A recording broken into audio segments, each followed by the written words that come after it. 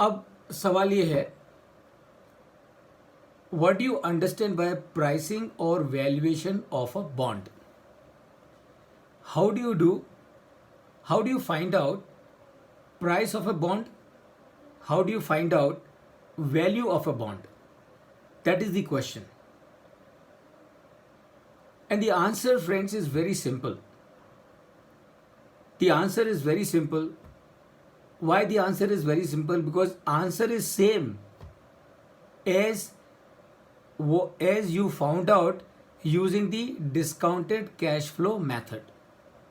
तो आप याद करिए, डिस्काउंटेड कैश फ्लो मेथड को आपने यूज़ किया पुराने केसेस में, और आपको याद होगा कि डिस्काउंटेड कैश फ्लो के लिए दो सिचुएशन हो सकती हैं. One, company having a finite life. Second, company having infinite life. अब कंपनीज के केस में क्या होता है? कंपनीज के केस में फिनाइट लाइफ नहीं होती है, because companies are there forever. Securities में क्या है? सिक्योरिटीज में फिनाइट लाइफ है. फिक्स्ड इनकम सिक्योरिटीज का टेन्योर है, 5 साल होगा, 10 साल होगा, 20 साल होगा, 15 साल होगा, 20 साल होगा, 50 साल होगा, लेकिन टेन्योर है. So how will you do the evaluation of a bond? And I am sure you can very clearly understand what is worth of an asset. Worth of an asset is nothing but present value of all the cash flows arising from this asset.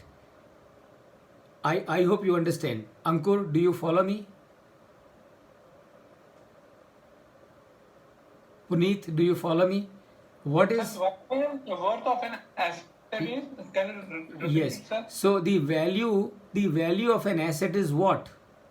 Value of an asset is present value of all the cash flows arising from this asset is the value of that asset.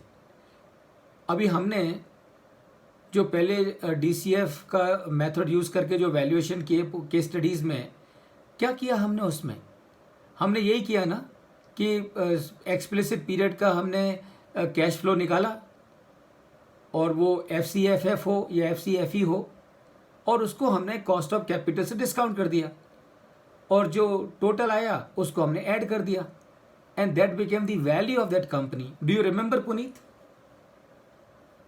Yes, sir. Do you remember Ankur? Sir, yes, sir. तो अब देखो, this is the beauty of it. अगर आप link करना शुरू कर दो तो चीज़ें आसान हो जाती हैं. अगर आप ये सोचो कि अरे यार, कंपनी का वैल्यूएशन अलग तरीके से होगा और सिक्योरिटीज़ का वैल्यूएशन का तरीका अलग होगा, अगर आपने दिमाग में ये थॉट डाल दिया तो चीज़ें आपके लिए मुश्किल हो जाएंगी. क्यों मुश्किल हो जाएंगी? क्योंकि आंसर तो है एक, लेकिन आप सोच के चल रहे हो कि दोनों का आंसर अलग अलग है. अलग अलग नहीं है, सेम ही है. So how do you do the valuation of a bond or a fixed income security?